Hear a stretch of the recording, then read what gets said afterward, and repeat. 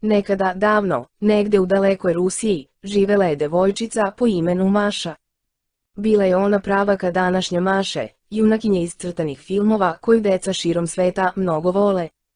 Maša je odrastala sa bakom i dekom, u kućici na domak šume.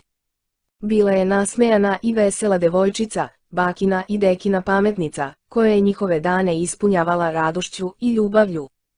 Njeni prijatelji su živeli u blizini kuće njene bake i deke, sa kojima je Maša volela da se igra i istražuje svet oko sebe. Bilo je leto, dani su postajali sve duži i devojke su uživale u suncu, pa su se po ceo dan igrale napolju. Tako su jednom pomislile da bi bilo sjajno otići u šumu i brati jagode i pečurke. Pristale su i otišle kod drugarice Maše da je pozovu da im se pridruži. Ubrzo su se, uzbuđeni, sa korpama okupili ispred njene kuće. Čim su je ugledali, uglas rekoše: "Mašo, idemo u šumu da beremo jagode i pečurke, hoćeš li sa nama?" Maša je bila srećna, otrčala je kod bake i deke i uzbuđeno pitala: "Bako, deko, mogu li da odem sa drugaricama u šumu da berem jagode?" "Možeš, milo naše čedo," rekoše, "ali budite oprezni, šuma je veoma opasna, nemoj da se odvajaš od prijatelja da se ne bi izgubila." "Hoću, bako i deko, ne brini," reče Maša u žurbi, uzela je korpu i otrčala.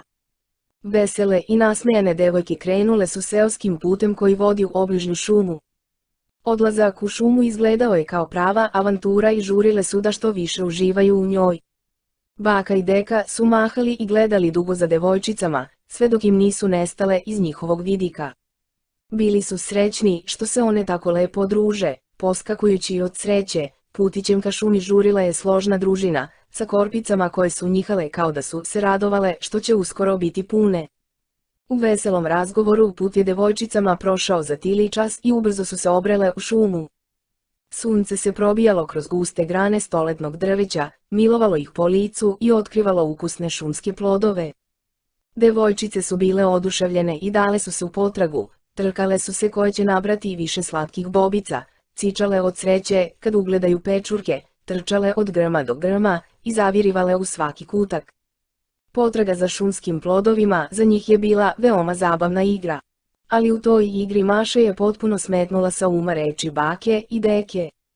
Skakutala je od grma do grma, podizala listiće žbunja ispod kog su se krile šumske jagode, trčala da što preubere pečurku čim bi je ugledala. I tako, korak po korak, žbunčić po žbunčić, drvo po drvo, kad se osvrnula oko sebe, od drugarica nije bilo ni traga ni glasa. Maša se propinjala na prste, zaklanjala oči od sunca kako bi videla dalje, dozivala ih, ali drugarice se nisu odazivale. Isprva je Maša mislila da se igraju sa njom, da su se dobro sakrile, kao kad igraju žmurke, ali kako se posle nekog vremena ni jedna nije oglasila, jadna Maša je shvatila da ih je izgubila. Maša nije gubila nadu da će pronaći drugarice, hodala je i hodala, i uporno ih dozivala. I tako nije ni primetila da zalazi sve dublje u šumu, koja je postajala sve gušća. Drveće se zbijalo oko nje, grane su sve slabije propuštale sunčeve zrake i u njenu dušu uvukla se zebnja. Devojčica se tek tad setila šta su joj rekli baka i deka na polasku. Bila je nepažljiva i dozvolila je sebi da olako pređe preko njihovih reči. Hrabrila je sebe i koračala dalje, verujući da će se njene drugarice uskoro pojaviti. Naposletku je izbila na nekakav proplanak i na njemu ugledala kolibu. Maši se lice na tren ozarilo, njenim mukama je konačno došao kraj, mislila je devojčica. Ući će unutra i od ljudi koji žive u kolibi zatražiti pomoć. Ali Maša nije ni slutila kakvo je iznenađenje čeka u kolibi. To nažalost nije bio kraj, već početak njenih muka. Požurila je prema kolibi, dok su joj se po glavi vrzmale svakojake misli o tome ko bi mogao da živi u njoj, možda šumar ili lovac, bilo kako bilo, verovala je da će joj on pomoći da pronađe svoje drugarice i vrati se kući, iako umorna od dugog pešačenja, u tren oka se obrela pred vratima drvene kućice i hrabro pokucala, odjeknulo je proplankom, jednom, drugi put, treći, ali pošto se niko nije odazvao, Maša je pokušala ponovo. Pokušala je još jednom, onda sela i stegla bravu i vrata su škripnula. "Izvinite, ima li koga, treba mi pomoć," rekla je i dalje stojeći na vratima, koja je širom otvorila. Niko se nije odazvao. Maša je pokušala ponovo, ima li koga? Ja sam Maša, izgubila sam se, treba mi pomoć, ali koliba je bila prazna. Maša je nesigurno zakoračila preko praga i pred njom se pojavila lepa i prostrana ušuškana dnevna soba. Na zidu je bilo mnoštvo ukrasa, a svuda unaokolo ležali su najrazličitiji predmeti. Kad je obišla čitavu kućicu od drveta, pored stuba je ugledala klupicu, sela je zbunjena na nju i stala da razmišlja. Koli živi u ovoj kolibi, pitala se, zašto nije kod kuće, kuda li je otišao? Da li će se vratiti i kada? Pitanja su se rojila, ali Maša ni na jedno nije znala odgovor. Sedela je tako dugo, ni sama ne bi mogla da kaže koliko, kada je primetila da se mrak lagano uvlači u kuću i boji je zagasitim tonovima. Vlasnik kolibe će se sigurno uskoro pojaviti, mislila je i sa nestrpljenjem iščekivala njegov dolazak. Maši ni na kraj pameti nije bilo da je vlasnik kolibe medved, kao što ni on ni slutiti nije mogao da ga kod kuće čeka veliko iznenađenje. Ni sanjao nije da je u njegovoj kolibi devojčica koja je zalutala. Medved se kao i obično vraća kući posle dana provedenog u šumi i potrazi za svojim omiljenim slatkišem, medom. Šuma je bila puna saća koje su pčele napravile u deblima drveta i medved je rado otkrivao ta mesta. Kao što mu ime govori, mnogo je voleo med, sedeći na klupici, Maša je odjednom začula potmule korake, koji su polako postajali sve jasniji. Neko se približavao kolibi, neko čiji je korak bio snažan i odjekivao strašno u tihoj noći. Poskočila je sa klupice, kad su se vrata iznenada otvorila. Na njima je stajao medved, toliko velik da je čitava vrata zaklonio. Nosio je vedro puno meda, Maša je ciknula od straha, a medved je stao kao skamenjen. Ko si ti, šta tražiš u mojoj kolibi, upitao je, ja sam se izgubila, promucala je devojčica, ušla sam u kolibu da potražim pomoć. Zbunjenost je kod medveda očas nestala i on je dada bio veoma radostan. Ho, baš lepo, ciknuo je od sreće, više neću biti sam. Baš je dobro što si se izgubila, godinama nemama nikog da mi pravi društvo. Odsad ćeš živeti sa mnom, spremat ćeš mi ručak, čistit ćeš kolibicu. Maša je bila zaprepašćena, mislila je da će joj vlasnik kolibe pomoći da se vrati kući babi i dedi, a on joj govori nešto sasvim drugo. A kad je čula ono što je medved rekao na kraju, i nemoj da ti padne na pamet da me napustiš i pokušaš da pobegneš. Nije mogla da veruje svojim ušima i briznula je u plač. Od tada je Maša živela kod medveda, radila je sve što joj medved kaže, prala je sudove, čistila kuću, kuvala ručak i koliba se sijala kao nikada dotad. Medved bi već ranom zorom napretio na rame fenjer i odlazio u šumu, a vraćao se kao i one večeri tek kad bi sunce otišlo na počinak.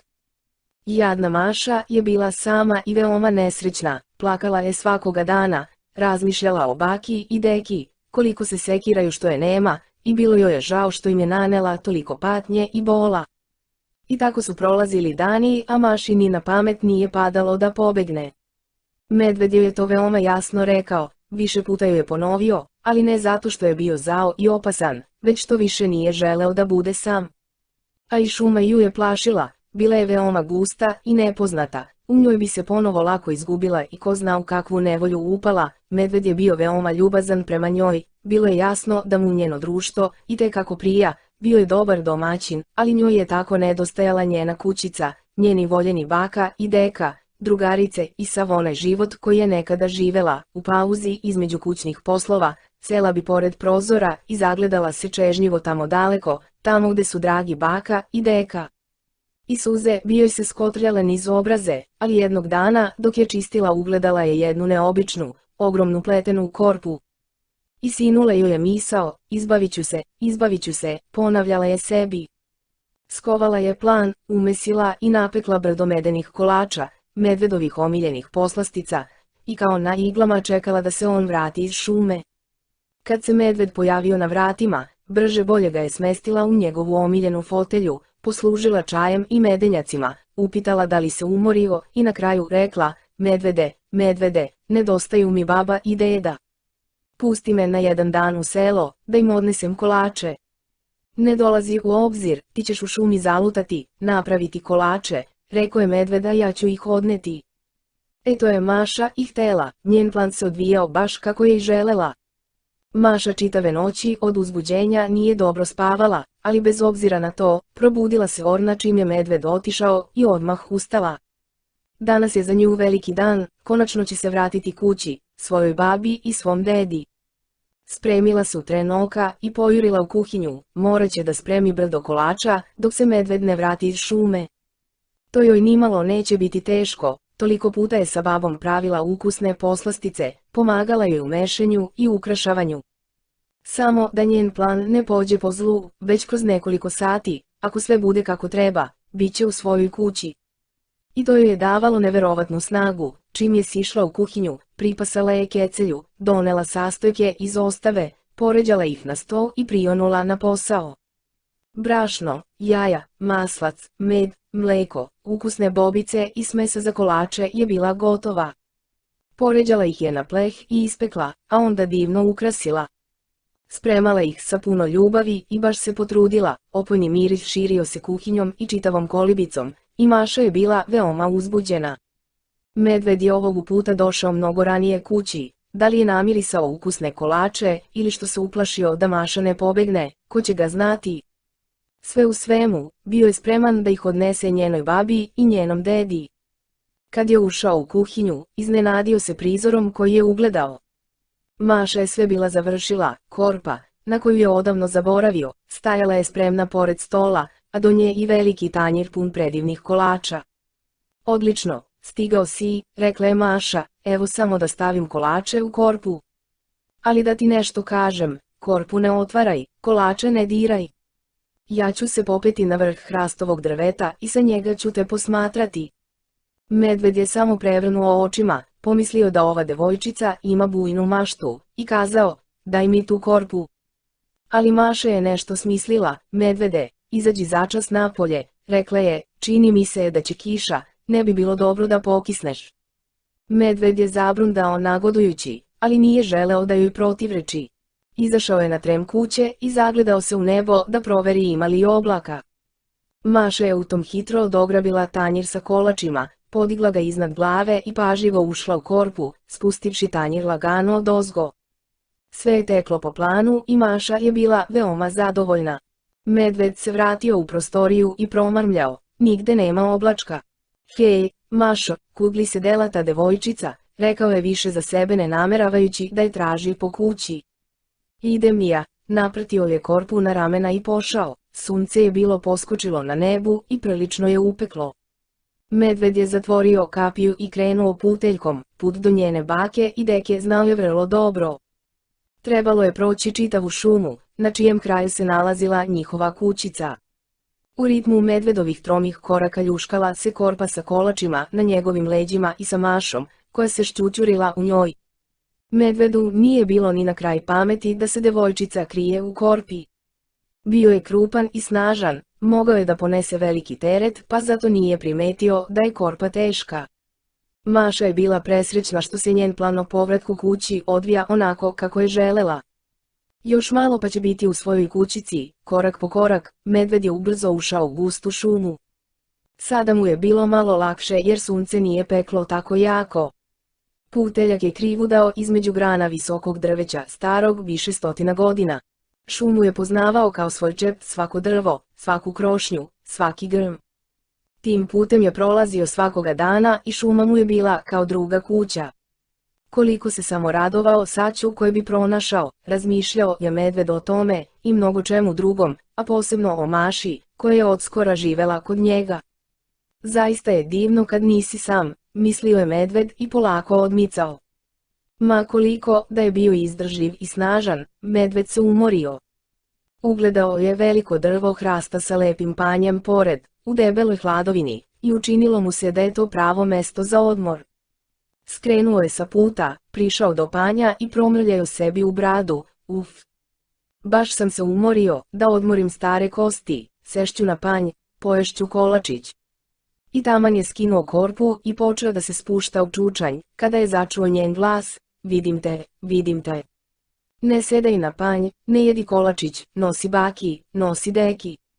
Medved se trgnuo, poskočio i rekao, kako dobro vidi ova Maša. I tako je naš medved zaboravio i na stare kosti i na odmor, pa je opet uprtio korpu na leđa i nastavio dalje. Išao je, išao i išao, i sve vreme razmišljao kako Maša ima oči sokolove kad tako daleko vidi. Vreme je prolazilo, noge su ga sve više bolele, bilo je toplo pod debelim medveđim krznom, i on se ponovo umorio. Izvio je na neki proplanak, kad na njemu opet ugleda panj kao stvoren da se na njega sedne i odmori. Baš sam se umorio, rekao je medved, sešću na panj, poješću kolačić. Sede na panj, ali tek što je to učinio, začu ponovo Mašu.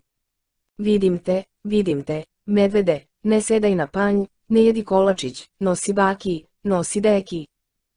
Kako je brza ova Maša, visoko na drvetu sedi, daleko sa drveta vidi, reče pa tužan, i umoran odmah ustade i nastavi dalje.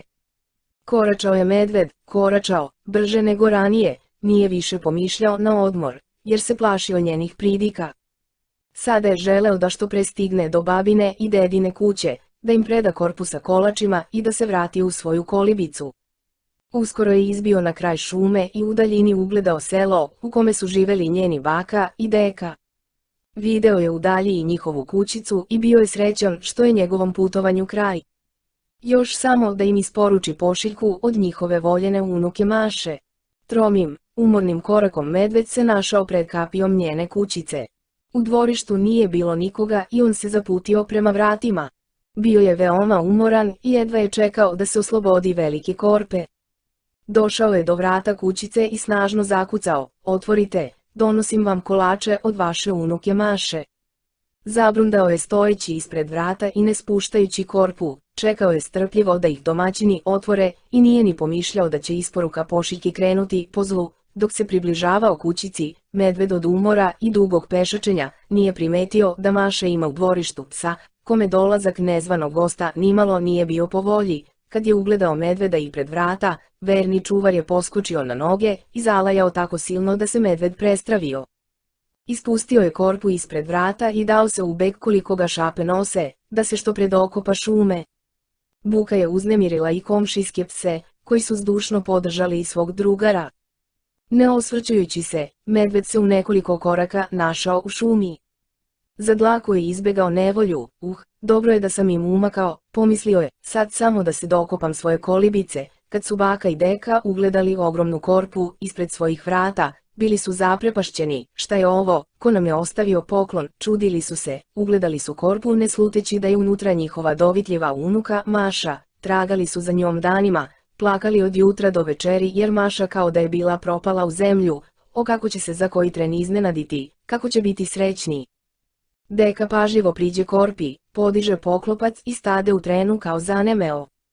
Gleda i očima svojim ne može da veruje, u korpi je njihova voljena unučica, bakino i dekino zlato, živa i zdrava. Maša ustade i sad je i baka ugleda, koliko su bili radosni.